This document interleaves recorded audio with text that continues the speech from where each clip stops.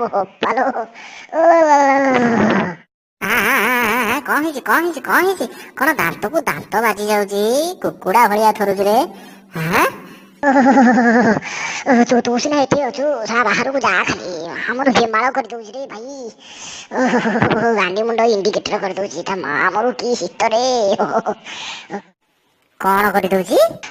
ଗାଣ୍ଡି ମୁଣ୍ଡ ଇଣ୍ଡିକେଟର କରିଦଉଛି ରେ ବା। ଗାଣ୍ଡି ମୁଣ୍ଡ ଇଣ୍ଡିକେଟର।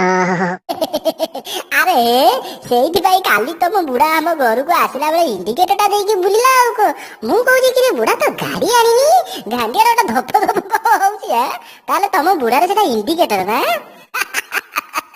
ଅନିଲୁ, ଆମ ବୁଢାକୁ ନେଇକି ତୁ କିଛି କହନି କହୁଛି, ନହେଲେ ମୁଁ ହଉଛି ଭାରି ଖେଚଡ। ହଁ, ଭଲ ହବନି ହେଲା। ଆରମ୍ଭ କଲା କିଏ? ତତେ ଗୋଟେ କଥା କହିବ, ତୁ ତାକୁ ଗୋଟେ ଅଲଗା ଅର୍ଥରେ ତାକୁ ଲଗେଇବୁ। ଆରେ ସେଥିରେ ହାଡ଼ ଗୋଡ଼ ଗୋଡ଼ ସବୁ ଏକା ହେଇଗଲାଣି, ଆଉ କିଛି କାମ ଦଉନି। ପୁଅକୁ ଗେଲ ଲାଗୁଛି। କଣ ଏକା ହେଇଗଲାଣି?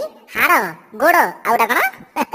ଗୁଡ ଗୁଡ ଗୁଡ ଗୁଡ ହେଲା। ହଁ, ହେଲା ହେଲା ହେଲା। ତତେ କିନ୍ତୁ ଠିକ ଶୁଭିଥିବ। ତୁ କିନ୍ତୁ ସେଇ ଗୋଟାକ ଆଉ ଥରେ ଶୁଣିବାକୁ ଇଚ୍ଛା। କମ ଜାଣମ ତୁ।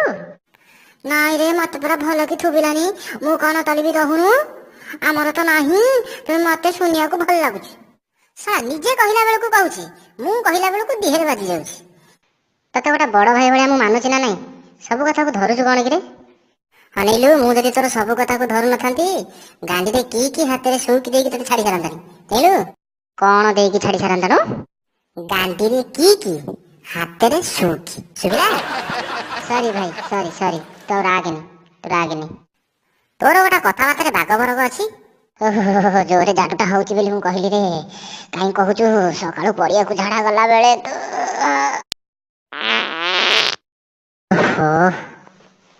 ଟିକେ ଆରାମ ଲାଗିଲା ରେ। ପୁରା ଗଡି କରିଦଉଛି ରେ। ନିଶ୍ୱାସ ବି ନେଇ ହଉନି। ନାଇଁ ରେ, କାଲି ଟିକେ ରାତିରେ ଚିକେନ ଖିଆ ହେଇଗଲା ତ, ସେଇଟା ଆଜିକି କାମ ଦେଖଉଛି ଆଉ। ଗୋଟେ କଦଳୀ ଖାଇଦେଲୁନୁ। ଆରେ ତୁ ପାଡ଼ିଲା ଭଳିଆ କରୁଛୁ। ଏଟା ରହି ହଉନି ଏଠି। କଦଳୀ ଖାଇଲେ କଣ ଏମିତି କାମ ଦେଖେଇବ? ତାପରେ ଇଏ ଜାଡରେ ଝାଡା ବି ଠିକରେ ହଉନି। ମାଧବ ତାକୁ ପେଲିକି ବାହାର କଲା ଭଳିଆ ବାହାର କରିବାକୁ ପଡୁଛି। ଆଉ କଣ କରିବି? ସକାଳୁ ସକାଳୁ ତ ଦେଖୁଛୁ କେମିତି ଶୀତ ହଉଛି। ତାପରେ ସେଥିରେ ପଡିଆକୁ ଝାଡା ଗଲା ବେଳେ କାହିଁ କହୁଛୁ, ସାଡେ ଉପର ଥଣ୍ଡାକୁ ଇଆଡେ ତଳ ଥଣ୍ଡା। ସେଥିରେ ପୁଣି ଗାମୁଛା ଟେକିକି କାମ କଲା ବେଳକୁ କିଛି ସମୟ ପରେ ମୋର ତଳ ପଟଟା ନଥିଲା ଭଳିଆ ଲାଗୁଛି। ପୁରା ବଧିରା ତ। ଏତିକି ବେଳେ ଯିବ ଗୋଟାଏ ବଡ ଗାଈ ଇଞ୍ଜେକ୍ସନ ନେଇକି ସେ ବଧିରା ଜାଗାକୁ ଦେଖିକି ଜୋରରେ ଖୋପି ଦବ। ଅନିଲୁ, ମାଡ଼ ହେଲା ପରେ ମାଇକୁ ଯେମିତି କାଉଁ କାଉଁ କାଉଁ କାଉଁ କାଉଁ କାଉଁ କରିକି ଗୋଟାଏ ଟାଙ୍କୁକୁ ଟେକି ଦୌଡେନି, ତୁ ସେମିତି ବଉଲୋ ବଉଲୋ ବଉଲୋ ମରିଗଲୁ କହିକି ଦୌଡିବୁ।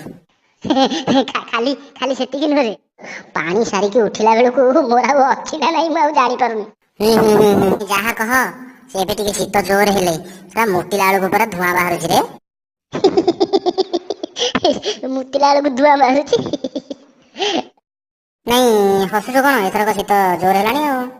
ତମ ବାହାସାହା ଲୋକଙ୍କୁ ଶୀତ କଣ କିରେ? ତମକୁ ପୁରା ବରଫ ଉପରେ ଶୁଆଇଲେ ବି ତମେ ଗରମ ହେଇଯାଉଥିବ। ତମକୁ ପୁରା ଗରମ ଲାଗୁଥିବ। କାହିଁକି କହୁଛୁ ସେ କଥା? ଆମର ପୁରା ରାତିରେ ଗିଦି ଗିଦି ଗିଦି ଗିଦି ଗିଦି ଗିଦି ହେଇକି ଝାଳ ବାହାରୁଛି। ଆମେ ଆଉ କଣ ଘୋଡ଼ି ହଉଛୁ? କଥା ତ ତୋରିଠୁ ଶିଖିବ ନା।